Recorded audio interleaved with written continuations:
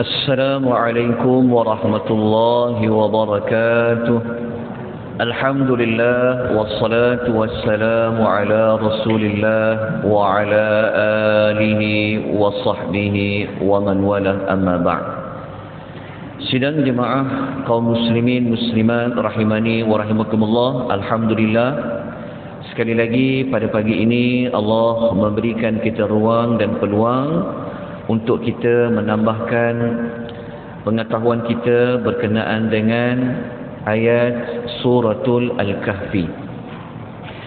Pagi ini insya-Allah kita akan memperincikan lagi beberapa teladan, beberapa tindakan yang perlu kita ambil selepas kita memahami ayat 25 dan ayat nombor 26 suratul Al-Kahfi.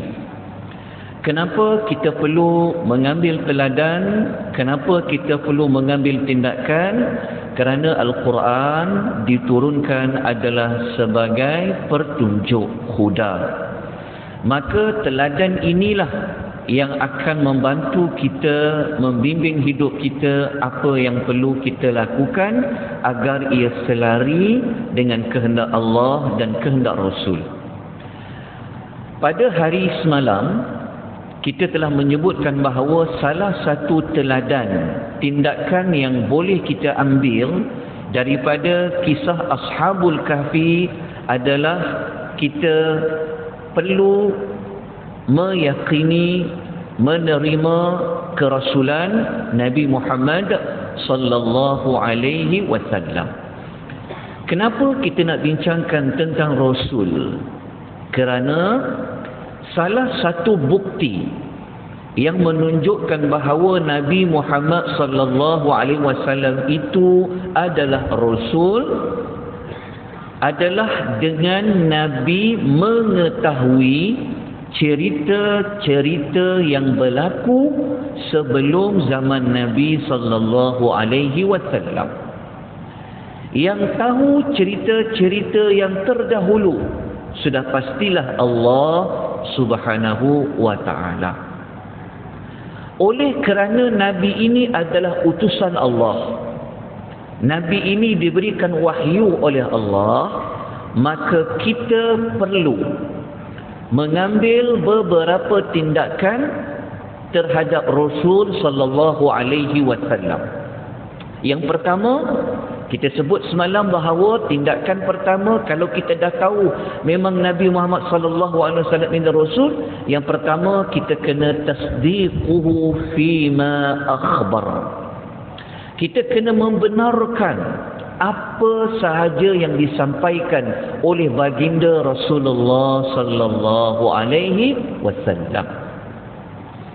Untuk tindakan satu ini kita kuatkan dengan suratul Zumar ayat yang ke-8 ayat yang ke-33. Ayat 33 surah Az-Zumar ini menyebutkan kita perlu buat apa kepada Rasul. Allah mengatakan a'udzubillahi minasyaitonir rajim walladzi jaa'a bis-sidqi wa saddaqa bihi. Gariskan atau highlightkan perkataan wa saddaqa bihi. Orang yang membawa kebenaran, iaitu Nabi sallallahu alaihi wasallam membawa kebenaran, dan orang yang membenarkannya. Membenarkannya itu merujuk kepada umat Nabi. Jadi Allah bagi tahu orang yang bawa kebenaran dan orang yang membenarkan orang yang bawa kebenaran itu, ulaika humul muttaqun. Mereka itu adalah orang yang bertakwa. Okey, itu tindakan kita untuk terhadap Rasul sallallahu alaihi wasallam. Yang kedua, ta'atuhu fima amar. Kita kena mentaati apa sahaja yang baginda sallallahu alaihi wasallam perintahkan. Sebab kita tahu Nabi kalau dia perintah sesuatu, dia kata ini kena buat. maka kita kena buat. Sebab apa? Sebab perintah itu datangnya dari Allah. Dalil yang menguatkan tindakan yang kedua ini adalah Suratul Nisa ayat nombor 80. Allah kata apa? Man yuti'ir rasul, siapa yang mentaati rasul, faqad ata'a Allah, maka sesungguhnya dia mentaati Allah. Itu jawapan dia. Jadi kalau ada orang tak nak ikut hadis Nabi, maknanya sebenarnya dia tidak mahu mengikut Allah. Sebab itu kita menolak mana-mana fikrah, mana-mana ideologi yang kata kita kena terima Quran je. Hadis kita jangan ikut. Ayat Quran kan kata siapa yang taat Rasul, dia taat ciptaan Allah. Kemudian kita ambil satu lagi ayat dalam Suratul Al-Ahzab ayat nombor 71. Allah mengatakan kalau ikut perintah Rasul dapat apa? Wa may yuti'illaha wa rasulahu faqad faza fawzan 'azima. Siapa yang taat kepada Allah, dia taat kepada Rasulnya, maka sesungguhnya dia telah berjaya mencapai kejayaan yang besar. Itu tindakan kedua. Tindakan tiga, apa yang kita kena buat dengan Rasul? Jawapannya adalah ijtinabu ma naha anhu wa zajar. Kita kena jauhkan diri kita daripada melanggar, melakukan apa yang bagi dilarang.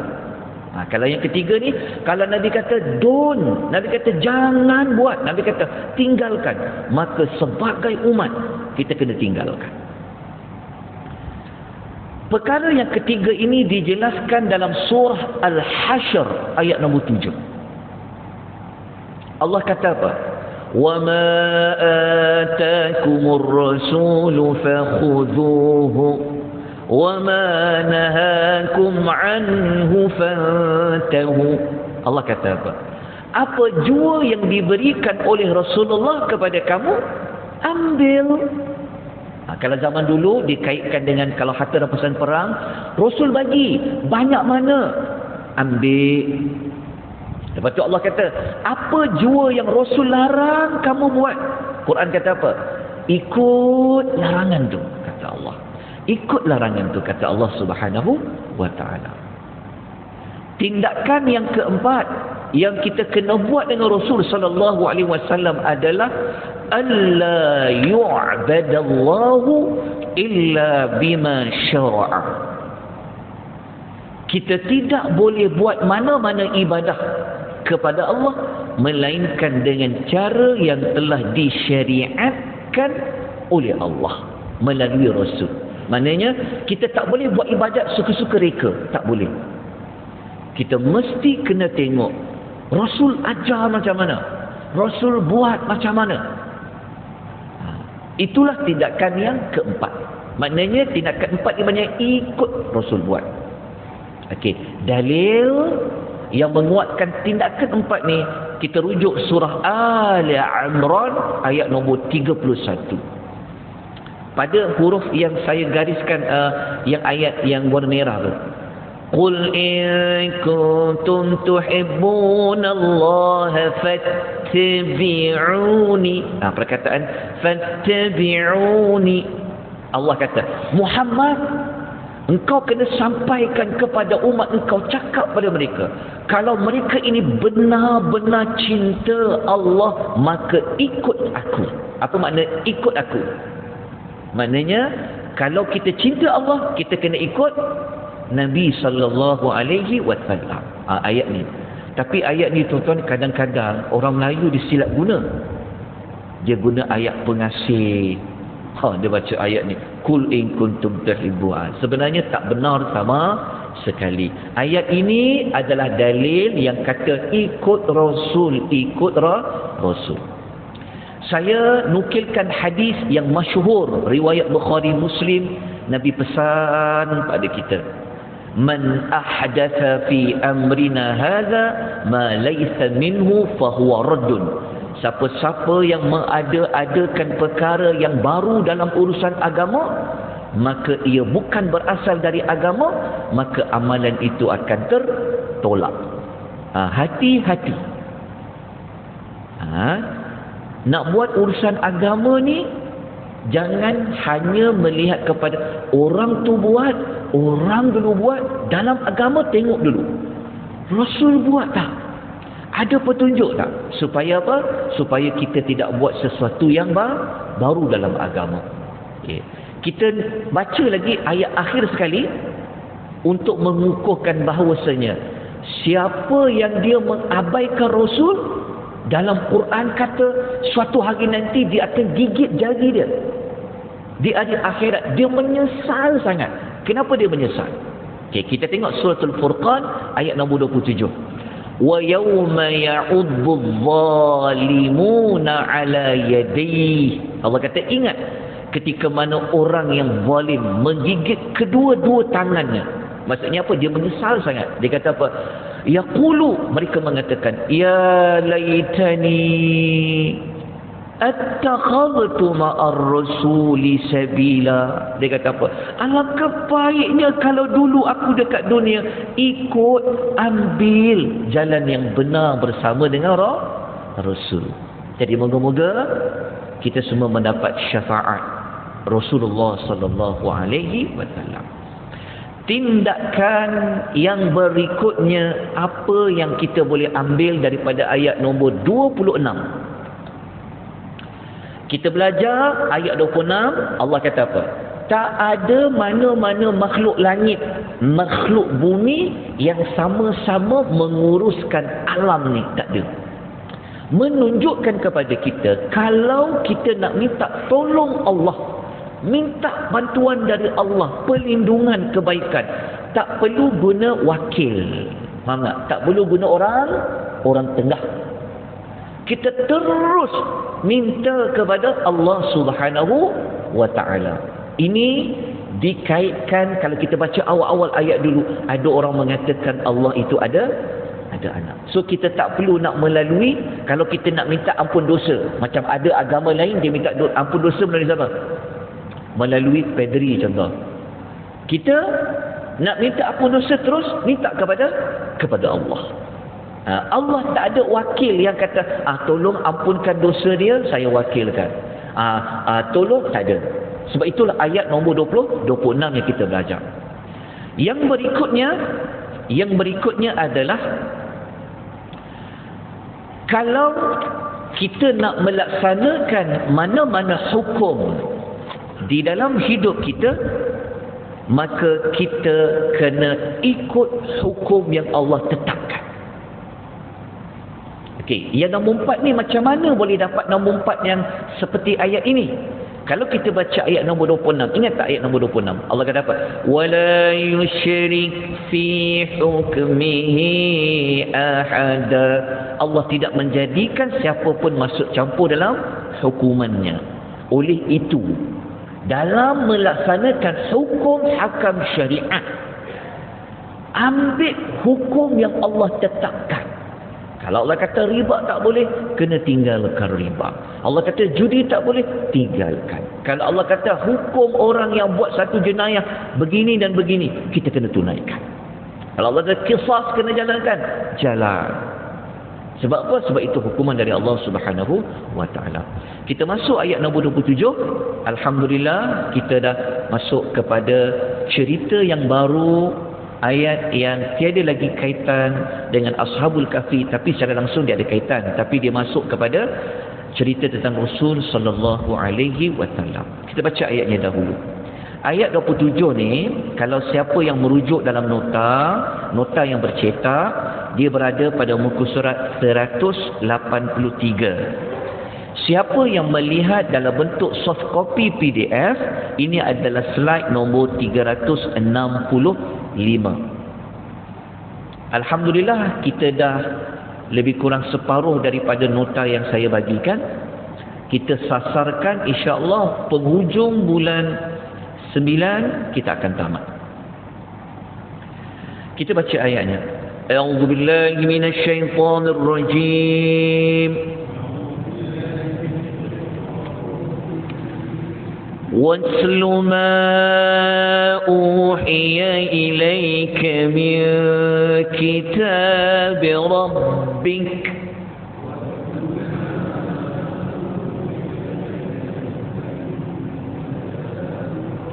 لا مبدل لكلماته ولن تجد من دونه ملتحدا.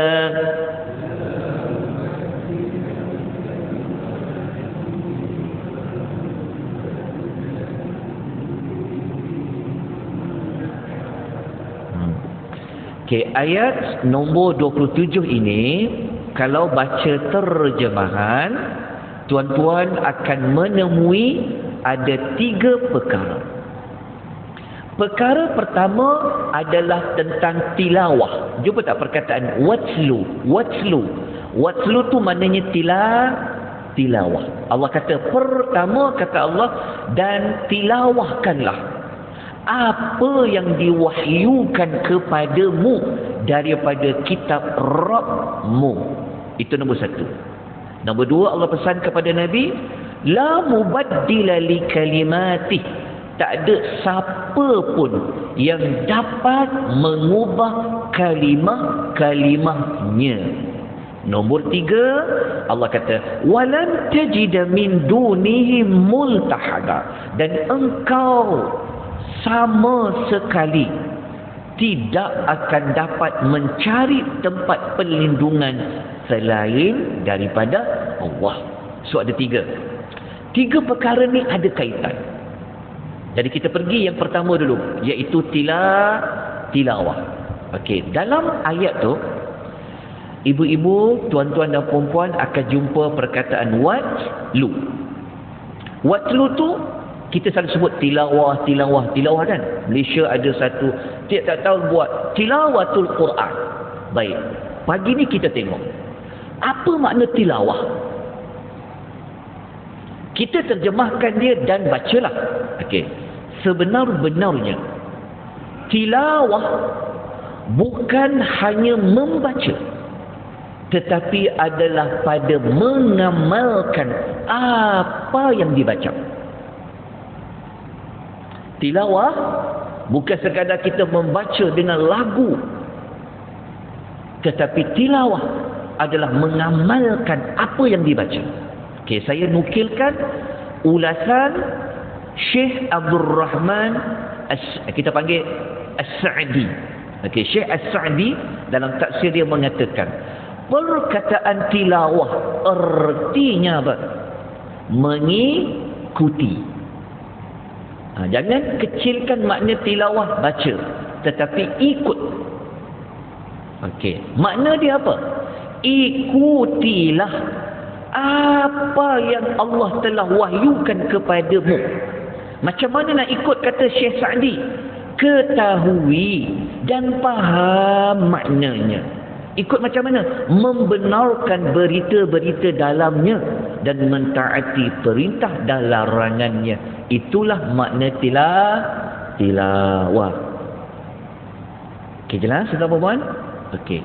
Kemudian pada ayat yang tadi Allah kata apa? Tidak akan ada siapa-siapa yang dapat mengubah kalimah-kalimahnya kan? Okey, kenapa? Okey, kita nukilkan ayat lain nombor 9 dalam suratul Hijr. Allah bagi satu jaminan. Quran ini macam mana? Allah kata, inna nahnu nazzalna dzikr. Zikir dekat dalam ayat tu adalah Quran. Wa inna lahu lahafizun. Allah kata sesungguhnya kamilah yang menurunkan Al-Quran, dan kamilah yang menjaga Al-Quranul Karim. Tak macam kitab-kitab dulu tuan-tuan. Kalau kitab-kitab dulu semua diubah. Taurat telah diubah, Injil telah diubah, semua kitab dulu diubah. Tetapi Al-Quran, kalau siapa-siapa cuba ubah, pasti akan ada menemui. Mesti orang jumpa punya. Mesti Allah dah janji dah. Allah akan jaga Quran itu sampai bila. Sebab tu tadi ayat kata tidak ada siapa yang dapat mengubah kalimat Allah. Tuan-tuan dan puan-puan rahimani wa rahimakumullah. Saya nak ambil ayat lain yang mengukuhkan lagi tentang Al-Quran ini. Allah jaga dia. Tuan-tuan lihat dalam surah Al-An'am ayat nombor 115. Ayat ni kalau baca, Allah Ta'ala kata Quran itu telah sempurna. Dia adalah kalimah yang benar dan adil. Dekat ujung tu jumpa kan? Okey. Satu lagi boleh tengok dekat surah Fussilat ayat nombor 42. Ni saya tak perlu baca, tuan-tuan perempuan boleh melihat dalam ayat itu. Kemudian muslimin dan muslimat rahimani wa rahimakumullah, kita tutup dengan perkara nombor 3 kan. Allah kata tiada, Allah beritahu kepada Nabi SAW, Nabi tidak akan selama-lamanya dapat tempat perlindungan melainkan Allah. Jadi insya-Allah besok kita sambung lagi sedikit maklumat pagi ayat yang ke-27 ini, dan kita akan bincangkan apakah teladannya, apakah tindakan yang boleh kita lakukan. Moga-moga kita mendapat barakah pada pengisian kita pada pagi ini, dapat rahmat dari Allah. Allah bagi hidayatul taufiq untuk kita mengamalkan apa yang kita pelajari pada pagi ini. Aqulu qawli hadza wa astaghfirullahal azim wa billahi taufiq wal hidayah. Wassalamu alaikum warahmatullahi wabarakatuh. Wal 'asr innal insana lafi khusr.